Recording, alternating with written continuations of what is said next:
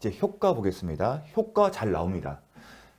어떤 요건을 갖추면 있죠? 다시 하게 되면 법률행위의 내용의 중요 부분에 and 착오가 있으면 취소권이 생긴다. 따라서 표의자는 착오에 빠져서 법률행위의 의사를 표시한 자는 취소권을 행사할 수 있고, 취소권을 행사하게 되면 어떻게 된다? 소급해서 효력이 없어집니다. 무효라면 항상 효력이 없어진다. 그러면 어떤 경우 생기냐면 항상 이제 급부청산이라는 문제가 나는 겁니다. 자, 매매계약을 생각을 해주십시오. 항상 매매계약을 생각하시고 염두에 두셔야 합니다. 이미 설명했습니다. 매매계약이 있으면 물권행위 생각하시고요. 물권적인 행위가 있었고, 그렇게 되면 매도인에서 매수인 앞으로 항상 부동산 매매계약이라고 했죠.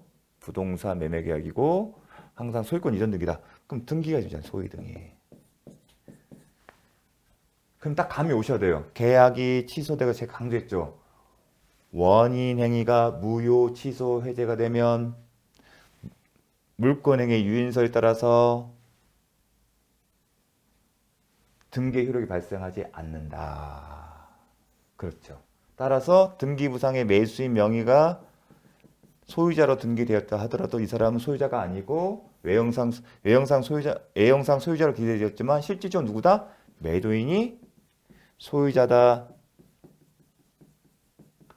그러면 계약이 원인으로 무효가 됐기 때문에 취소가 돼서 효력이 없어졌기 때문에 무효가 되는 경우라면 없던 상태에서 돌려놔야죠. 그럼 매도인은 소유권에 지금 등기부상에 매도인에서 매수인으로 이전됐죠. 등기부상에 제가 여기서는 이렇게 간략하겠습니다. 매도인에서 매수인을 갔는데 요거를 말소해야겠죠. 항상 이걸 말소하는 거면 기억하랬죠. 소유자가 214조에 기하에서 행사하는 권리 행사를 통해서 하는 방법이다. 소유권 이전 등기 말소는 소유자가 214조에 근거해서 행사하는 방법이다. 그럼 소유자가 누구다? 매도인이다. 그럼 매도인은 매수인 상태로 소유권 이전 등기 말소를 청구할 수 있습니다. 협조가 안 됐을 때 소송을 그렇게 한다는 겁니다. 또 하나의 쟁점은 항상 계약은 또 항상 머리에 염두게 뭐냐면 제가 했죠. 기억나십니까? 소유권에 기한 거죠. 그러면 또 하나 있죠. 원인이 있고 급부가 있었다. 급부란 건 소유등이죠.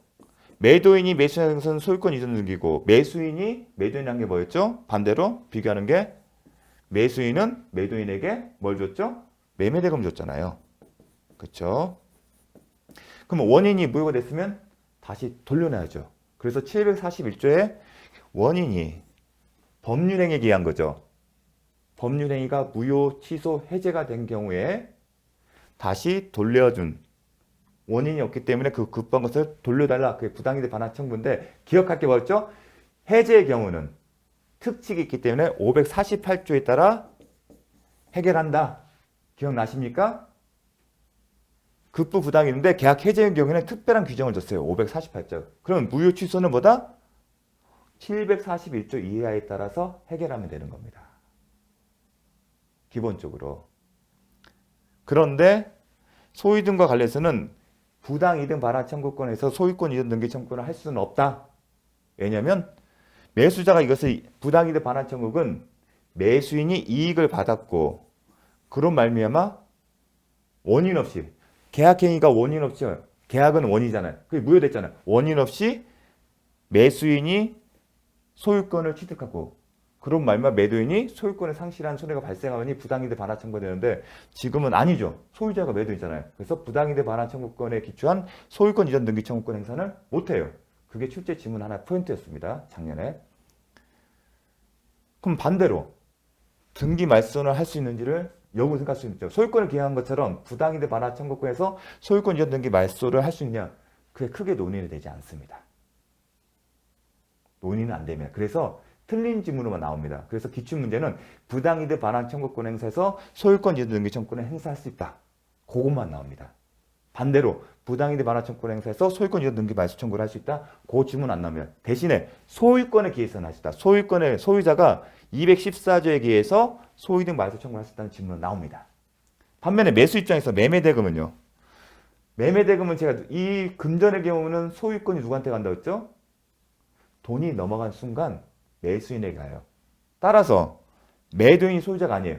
매도인 소유자가 아니기 때문에 소유자 주의에서 이 돈을 달라고 할 수는 없고 뭐 얘기한다? 741조 이하의 부당이익을 반환 청구로 돌려당합니다. 그게 급부청산이라는 파트입니다.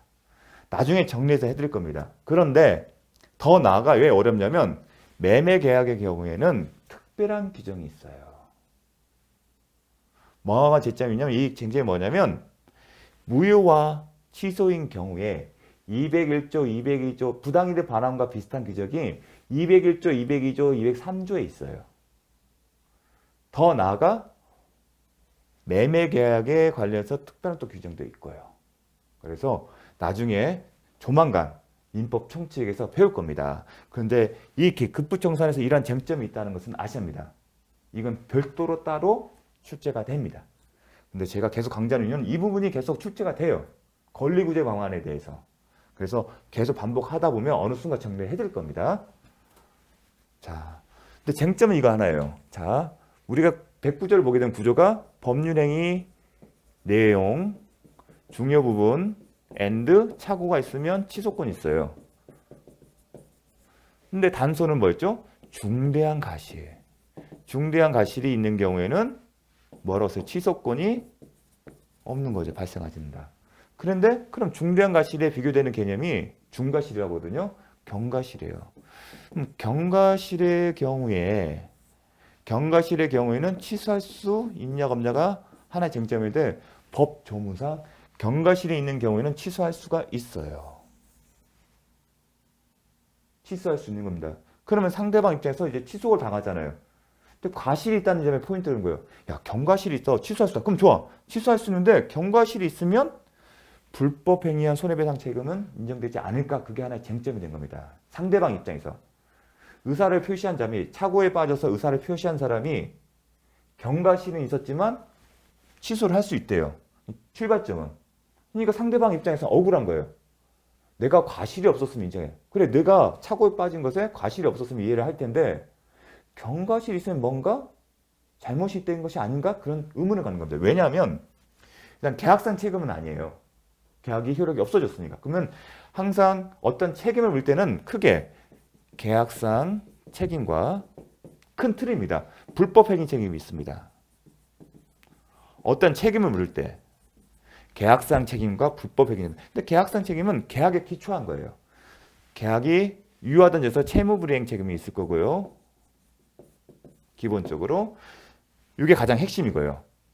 수험생 입장에서는 다 안 할 것만 말씀드리겠습니다. 불법행위 책임이 있어요. 근데 지금 계약상 책임을 물을 사유는 아니에요. 왜냐면 취소를 해서 계약이 없어졌잖아요.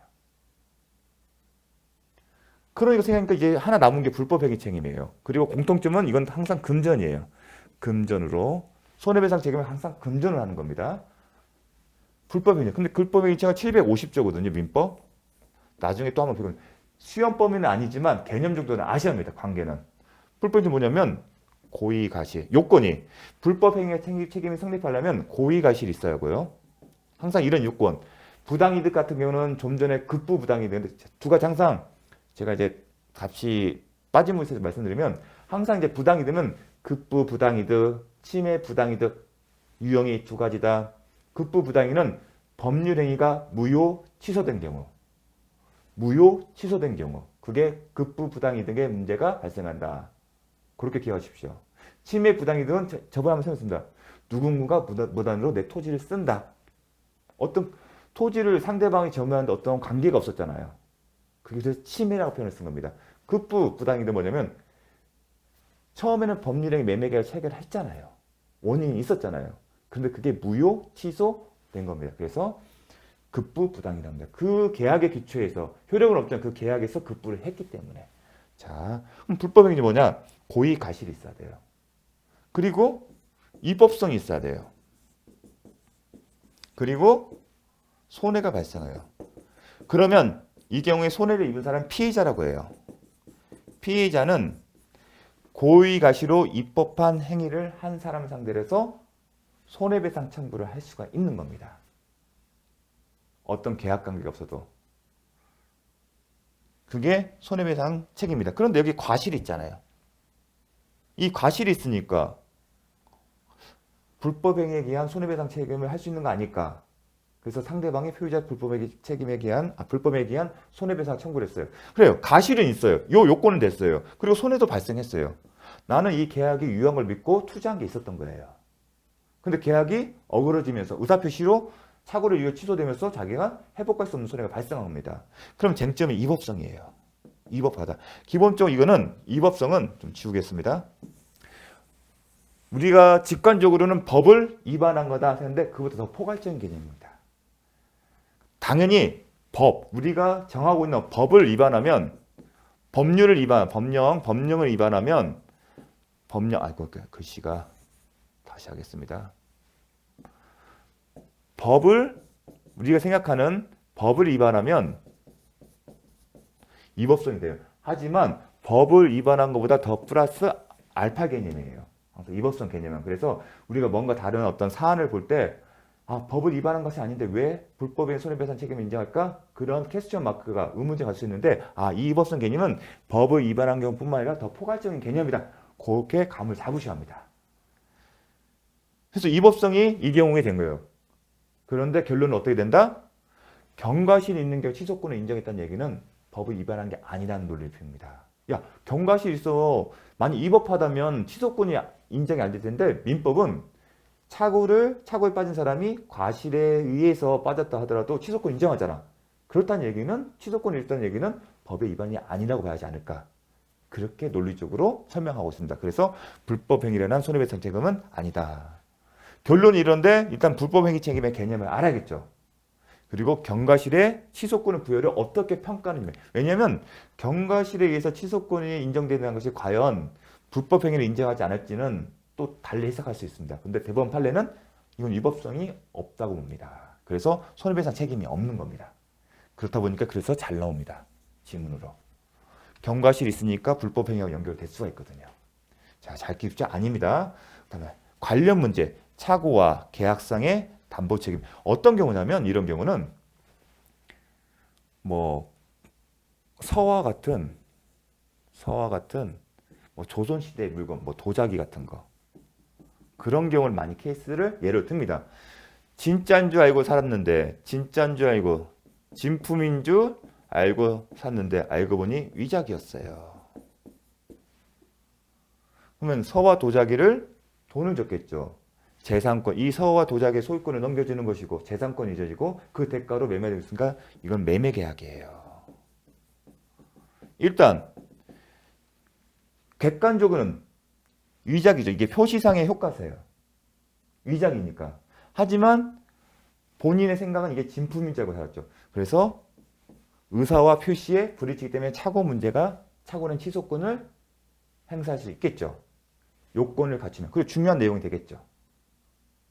이러한 부분이 중대한 과실을 인정하기 힘들죠. 전문가가 아닌 이상. 그런데 그와 달리 매매계약에도 이런 점이 있어요. 담보책임, 특히 하자담보책임. 580조, 581조의 규정이 있는데 하자담보책임에 따르면 대금 감액 청구권, 손해배상 청구권, 계약 해제권, 종류물이 특정된 경우일 때는 안전물 급부 청구권이라는 권리들이 부여됐어요. 과연 이 경우에도 매매계약 하자담보 책임에 기초한 580조와 581조에 기초한 권리들을 동시에 선택해서 행사할 수 있는지 그에 대한 질문이었습니다. 선택할 수 있다는 겁니다. 볼까요? 자, 자습서 53페이지입니다. 판례는 방가로 1번 착오와 계약상의 담보 책임 쭉쭉쭉 읽고요. 밑줄 위에서 하나 둘 셋 네 번째 줄 매매계약 내용의 중요 부분에 착오가 있는 경우 그 앞에는 착오를 이유로 매매계약을 취소한 사안에서 매매계약 내용의 중요 부분에 착오가 있는 경우 매수인은 매도인의 하자담보 책임이 성립하는 상관없이 착오를 이유로 그 매매계약을 취소할 수 있다. 즉 선택적으로 행사할 수 있다는 겁니다. 그 핵심은 퀘스천 마크가 기초 지문입니다. 매도인의 하자 담보 책임이 성립하더라도 착오를 이유로 한 매수인의 취소권은 배제되지 않는다. 자, 하자 담보 책임이 특별 규정이어서 착오의 백구조에 의한 취소권을 배제하는 것이 아닌가가 하나의 퀘스천 마크였어요. 논의 실익은 뭐냐면 하자 담보 책임의 권리 행사에는 제척 기간이 있어요. 근데 제척 기간이 짧아요. 이 나오는 배경 그거예요. 착오를 위한 취소권 같은 경우는 3년, 10년이에요. 나중에 이제 배울 텐데 시효가 하자 담보 책임은 6개월이고 제척 기간이 짧아요. 안날도 있기 때문에. 그러면 만약에 이게 배척한다고 하게 되면 그 상황은 어떠냐면 하자 담보 책임의 권리를 행사하지 못하는 상황이었던 거예요. 그런 논의의 실익인 겁니다. 근데 그 권리 중요합니다. 이 하자 담보 책임은 특별한 규정이기 때문에 백구제의 착오에 의한 취소권을 배제하는 거다. 따라서 오직 이러한 사안에서는 하자 담보 책임만 주장할 수 그러한 논리 전제에서 자 오직 하자 담보 책임에 기초한 권리만 행사할 수 있어. 그런데 제척 기간이 도가있네? 그렇게 되면 너는 행사할 수 없어. 그 얘기를 하고 싶었던 거예요. 배경은. 하지만 법원은 하자 담보 책임에 기한 규정이 있다 하더라도 백구조에 기한 취소권 행사가 가능하다고 얘기를 합니다. 이렇게 비슷한 관념이 가는 것들이 간혹 나옵니다. 자, 그런 의미입니다. 그래서 출제가 되는 겁니다. 실무적으로 중요하기 때문에. 자, 그런 배경이 있는 겁니다. 여러분이 이제 그런 것들은 이제 눈에는 안 보이지만 이제 실무가 입장에서는 그러한 목적이 있었기 때문에 이런 내용들이 나오는 겁니다. 설명을 드리는 이유는 기억하기 위해서. 왜 이렇게 갑자기 나오지? 그런 것 때문에 그렇습니다. 계약 해제와 취소. 이게 해제와 취소도 마찬가지 이유가 있어요. 계약이 항상 이것도 잘 나옵니다. 계약이 해제됐어요. 해제되면 그 해제권을 행사했다는 얘기죠. 그러면 소급하여 계약의 효력이 발생하지 않아요. 무효란 뜻이에요. 실질적으로. 그런데 효력이 무효가 되는 건데 이 경우에도 취소권을 행사할 수 있을까? 취소란 것은 유효죠. 무효인 것을 어떻게 취소해 말이 돼? 근데 인정하고 있습니다. 그러니까 지초주문이 많이 나오는 겁니다. 왜 나오냐면 실익 때문입니다. 계약 해제의 경우에는 계약이 해제된 경우는 계약금이 누군가에는 계약금을 지급한 사람은 몰취를 당해요. 아니면 배약상, 이약금 약정이 등이 있어서. 그리고 손해배상, 계약 해제 이외에는 손해배상 청구에 영향을 주지 않는다고 합니다. 손해배상 청구도 당해요. 계약 해제의 효과에 봅니다. 가장 특징은 계약금이 몰취되고 아니면 약정의 대부분 몰취되거나 그리고 손해배상 청구를 당할 수가 있어요. 둘 중 하나는 항상 당합니다. 불이익이 발생한다는 겁니다. 그걸 피하기 위해서 취소권을 인정하고 있습니다. 계약을 취소하게 되면 이러한 불이익을 피할 수 있기 때문에 논리를. 그래서 이런 무효인 것을 어떻게 취소할 수 있는 건가? 취소권은 유효를 전제로 하는 건데 굳이 무효를 전제로 해서 취소권을 쓰는가? 이론적인 논리적 문제가 생길 수 있지만 그 실익, 이 배경 때문에 취소권자는 이 취소권을 주장한 사람이 이런 불이익에 빠질 상황이 있는 겁니다. 그렇기 때문에 취소권을 행사하는 거거든. 실익은. 나 이게 염려돼서 계약 해제권을 인정하고 가만히 있으면 손해배상 청구 당하거나 아니면 계약금이 몰취당하기 때문에 이걸 피하기 위해서 나 착오가 있었어. 그런 겁니다. 근데 계약 해제는 채무 불이행을 이유로 하는 거고 취소권은 사고에 의한 거잖아요. 그래서 측면이 다릅니다. 더 깊게 들어가면 혼동할 수 있는데 이런 배경이 있구나. 그걸 기억해 주십시오. 이렇게 무효인데 취소할 수 있는 쟁점이 된 게 또 있었죠. 허위 통정허위에 대해서 채권자 취소권을 인정할 수 있는 그때도 설명하지만 증명 책임의 문제 때문에 실질적 이유가 있어서 인정한 거다. 이런 논리적인 의문이 있다 하더라도 그러니까 대법원 판례는 항상 논리적으로만 판단하는 게 아니라 어떤 결과적 측면을 고려했을 때 형평이나 아니면 신의칙을 기준하고 이론적인 의문점이 있다 하더라도 인정하는 정착상 인정하는 경우가 있습니다.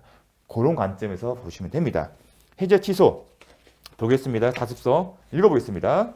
매도인이 매수인의 채무 불이행을 이유로 계약을 적법하게 해제한 후에도 매수인으로서는 상대방이 한 계약 해제의 효과로서 지금 상대방이 채무 불이행 책임을 손해배상 청구 등을 당할 입장이 있는 거예요. 계약 해제 효과로서 발생하는 손해배상 책임을 지거나 매매 계약에 따른 계약금의 반환을 받을 수 없는 불이익을 면하기 위하여 몰취당할 염려가 있기 때문에 착오를 이유로 한 취소권을 행사하여 매매 계약 전체를 무효로 돌리게 할 수 있다. 이게 계약 해제가 무효와 이것도 효력이 없는 거고 의사표시 착오란 취소도 효력이 없는데 왜 다를까 하는데 그거는 사실 더 공부가 필요한 부분입니다. 사실 감히 의문점을 가지는데 딱 여기까지만 하도록 하겠습니다. 그 측면이 다르다는 것만 사고를 위한 경우는 이 계약 해제는 이미 계약이 유효하게 성립했다는 전제는 거고요. 의사표시는 그 전 단계 문제거든요. 자, 그런 문제라서 그렇습니다. 퀘스천 마크로 이렇게 나옵니다. 주문은 우리한테 중요한 건 이 지문이에요. 한 줄짜리. 계약 해제 후에는 착오를 이유로 취소권 행사할 수 없다. 틀린 지문. 이 지문 정말 잘 나옵니다. 자, 이 한 줄 때문에 제가 지금 설명을 드린 겁니다. 자, 취소권의 포기. 자, 착오를 이유로 취소권을 포기해서 만약에 착오를 취소권을 포기하는 게 뭔가 직관적으로 봤을 때 야, 그 취소권 포기하게 되면 좀 이상하지 않아? 우리가 아는 뭐 강행 규정에서 뭐 무효되는 거 아니야? 착오를 이유로 취소권 포기할 수 있습니다. 매매 계약서 쓸 때 많이 써요. 그래서 이런 착오 문제로 매도인 입장에서 특히 동기에 착오를 했을 때 이 사람들 대부분 개발을 목적할 때 매매 계약 목적이 매수인이 이 땅을 사서 개발을 목적했다. 그러면 개발한 사람 입장에서는 땅을 산 것만 끝난 게 아니라 인허가 절차를 다 밟아야 돼요. 근데 인허가를 못 받았다. 그때 가면 매수인은 가만히 있지 않아요. 왜냐면 땅값이 비싸기 때문에. 그럼 대부분 착오를 이유로 취소를 주장할 가능성이 높습니다. 그래서 저는 매매계약서 쓸 때 이 사람이 어떤 목적으로 해서 이 땅을 매수하는데 향후에 이런 부분의 책임은 모두 리스크는 매수인에게 있다. 그래서 매수는 향후에 착오 등을 이유로 백구조에 의한 취소권을 행사할 수 없다. 취소권 포기 조항을 기재를 합니다. 그래서 이 취소권의 포기는 실무적으로 그래서 의미가 있는 겁니다. 나중에 여러분이 특히 수익형 부동산이 아니라 토지 같은 거 아니면 간혹가다 이제 수익형 부동산에 대해서도 이거 쓰는 경우가 있습니다. 아파트나 주택은 같은 경우는 없는데 이렇게 수익형 부동산 특히 토지, 나대지, 임야 특히 임야 같은 경우는 뭐 그 공장 용도, 그 냉장 용도 그 용도를 많이 임야 같은 씁니다. 그러면 이때 이제 그 지목을 변경하는데 안 되는 경우도 있거든요. 그때 착오를 들고 이 착오를 이유로 동기 착오가 될 확률이 높습니다. 제가 잠깐 버벅거려 죄송합니다. 취소권의 포기를 중요합니다. 그래서 캐스천만큼 보게 되면 당사자가 착오를 이유로 의사표시를 취소하지 않기로 약정한 경우 표의자는 의사표시를 취소할 수 없다. 실무적으로 중요한 문구입니다. 취소권의 포기. 그래서 1, 2, 3번 모두가 그래서 의미가 있기 때문에 출제가 되는 겁니다. 실무적으로. 자, 마지막으로 대법원 판례. 자, 자습서에 나옵니다. 이미 한 겁니다. 볼까요? 방가로 4번이고요. 한번 읽어보겠습니다. 이미 한 겁니다. 근데 착오와 관련된 제가 자연적 법률의 해석에 있어서 자연적 해석 기억나십니까? 매매계약 당사자는 목적물을 갑이라고 생각했는데 계약서에는 을로 쓴 경우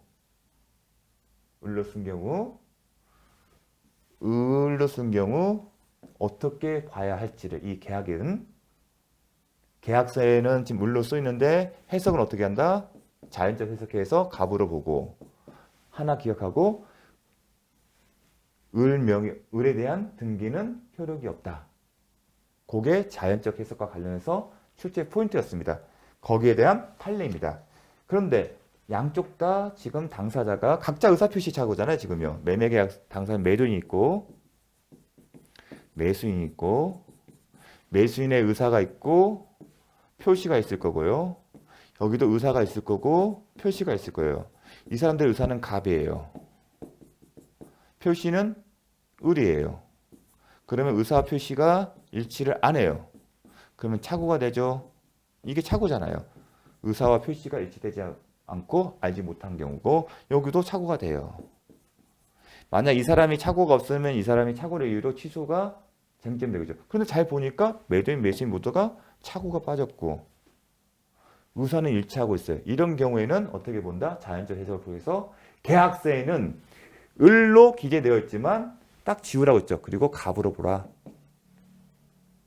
따라서 을에 대한 등기는 목적물 을에 대한 등기는 효력이 없다. 왜냐면 계약서는 갑에 대한 것이기 때문에 을에 대한 계약 자체는 없기 때문에 좀 혼동되지만 딱 그래서 지우라고 한 겁니다. 계약서에는 을로 써 있는데 그러니까 해석상 이건 갑에 대한 것이다. 그럼 을에 대한 목적 을에 대한 매매 계약 자체는 없는 거잖아요. 그럼 등기 원인이 없는 거잖아요. 그래서 을에 대한 등기가 을의 목적 을에 대한 등기가 무효가 되는 겁니다. 그 얘기를 쓴 겁니다. 그래서 착오편에서 나온 겁니다. 착오에 빠진 거니까. 우리가 보통 생각하는 것은 한쪽에만 착오가 있는 거거든요. 양쪽 다 착오가 있고 그리고 그 의사가 일치하고 있잖아요. 그래서 자연적 해석을 하는 겁니다. 부동산의 매매 계약에 있어 쌍방 당사자 모두 특정의 갑 토지를 계약의 목적물로 삼았으나 목적물로 삼았죠. 갑으로 삼았으나 쌍방 당사자가 목적물의 지번 등에 관해 착오를 일으켜 계약을 체결함에 있어서는 계약서상 목적물을 갑토지와는 별개의 을토지에 표시했다 하더라도 이러한 경우라면 의사가 일치한 경우라면 그 얘기를 쓴 겁니다. 갑토지에 관하여 이를 매매에 목적물 한다는 쌍방 당사자의 의사합치가 이 의사가 같잖아요. 의사합치가 있잖아요. 매도인의 의사와 매수인 의사가 합치되잖아요. 같잖아요. 그러한 경우에는 매매계약은 비록 계약서상에 을로 쓰였다 하더라도 갑토지에 관하여 성립된 것을 본다. 계약서상에는 을로 쓰였지만 해석에 의해서 자연적 해석 방법에 의해서 매도인과 매수인 사이에 매매계약 목적물은 을이 아닌 갑인 것이다. 그 얘기를 한 겁니다. 매매계약은 갑토지에 관하여 성립한 것으로 봐야 할 것이고 을토지에 관하여 매매계약이 체결된 것으로 봐서는 안 될 것이다. 즉 을에 대한 매매계약이 있었다 없다? 없다. 을에 대한 매매계약 자체는 없다. 이렇게 평가를 한 겁니다. 자연적 해석을 법률의 해석을 통해서. 만일 그럼에도 불구하고 을토지에 관하여 매매계약을 원이란 즉 이 계약서를 가지고 계약서 자체는 갑으로 썼잖아요. 우리가 지금 해석상 그렇게 된 거 아닙니까? 그러니까 이런 실수가 생길 수도 있죠. 착오가. 계약서에 을로 써있지만 지운 게 아니잖아요. 우리가 그냥 해석상 이렇게 보겠다는 거지 계약서 자체는 을로 됐기 때문에 을명의 등기는 또 가능할 겁니다. 착오로. 그런 경우에 어떻게 된다? 매수명의로 소유권 이전 등기가 경했다면 이는 원인이 없어요. 왜냐하면 해석상 을에 대한 계약 자체는 없었기 때문에. 자, 어려운 문구인데 제가 그래서 설명을 드린 겁니다. 상당히 공부하는 과정에서 필요한 내용들이기 때문에 그 지문과 시험 좀 벗어나서 이해를 극지해서 설명을 드렸습니다. 자, 그 밑에 또 주석으로 제가 또 설명을 해놨습니다. 자, 보면 법률의 해석 방법 중 자연적 해석이다. 표의자의 내심의 의사를 밝히. 자연적 해석은 결국은 이 사람의 의사를 밝히는 거예요. 원칙적으로 해석은 규범적으로 해석하지만 이러한 경우에는 이 의사에 더 충실하자는 겁니다. 그렇게 한다 하더라도 당사자의 불이익이 없기 때문에 자연적 해석이 행해진 경우 진위와 해석된 법률행위 내용이 일치하기 때문에 착오의 문제가 발생합니다. 따라서 이게 또 중요해요. 자연적 해석이 되면 자 계약서를 해석해서 을로 써있지만 뭐에 생겼다고 했죠? 토시상의 효과서를 갑으로 본 거예요. 해석에 의해서 이거는 을로 써있지만 지우고 갑에 대해서 계약이 체결된 거다. 그러면 토시상의 효과 의사와 의사가 같기 때문에 착오 문제 발생한다? 이건 착오 문제가 아니라는 겁니다. 하나에서는 착오였지만 양쪽 다 착오가 있으면 이건 착오 문제가 아니 된다는 결론이 난 겁니다. 왜냐하면 계약 자체 이렇게 해석하기 때문에. 을로 쓰였지만 객관적으로 보기는 을이겠지만 자연적 해석을 하게 되면 이건 갑에 대한 것이기 때문에 그럼 의사와 일치하지 않냐. 그 얘기를 한 겁니다. 상당히 이게 무슨 말장난 같을 수도 있는데 자연적 해석을 통해서 이게 이루어지는 겁니다. 좀 특이하죠. 그전에는 규범적 해석 이해가 가요. 객관적 해석하니까. 그리고 갑을 읽었으니까. 지금은 을을 갑으로 읽으려잖아요.